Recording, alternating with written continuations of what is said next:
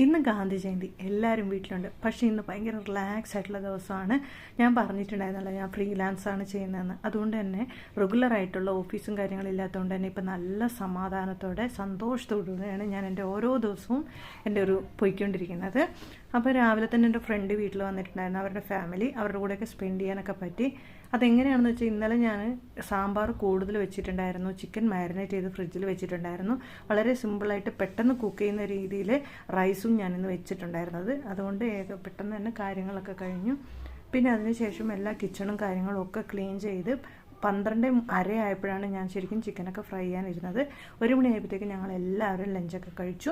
അപ്പോൾ അത് കഴിഞ്ഞിട്ട് ഞാൻ ഇപ്പം ഗ്രേറ്റ് ഇന്ത്യ സെയിൽ നടക്കുന്നതുകൊണ്ട് തന്നെ കുക്കർ വാങ്ങണമായിരുന്നു. കുക്കറെല്ലാം എപ്പോഴും അഴുക്കായി പോവേ. അങ്ങനെ കുക്കർ വാങ്ങിച്ചിട്ടുണ്ടായിരുന്നു. 1 ലിറ്റർ, 2 ലിറ്റർ, 3 ലിറ്ററിൻ്റെ കോംബോ. അപ്പോൾ അത് വാങ്ങിച്ചിട്ട് അതിൻ്റെ എല്ലാം തുറന്ന് നോക്കി അതിൻ്റെ എല്ലാം ഫിറ്റ് ചെയ്യുന്ന പരിപാടിയിലാണ് കേട്ടോ.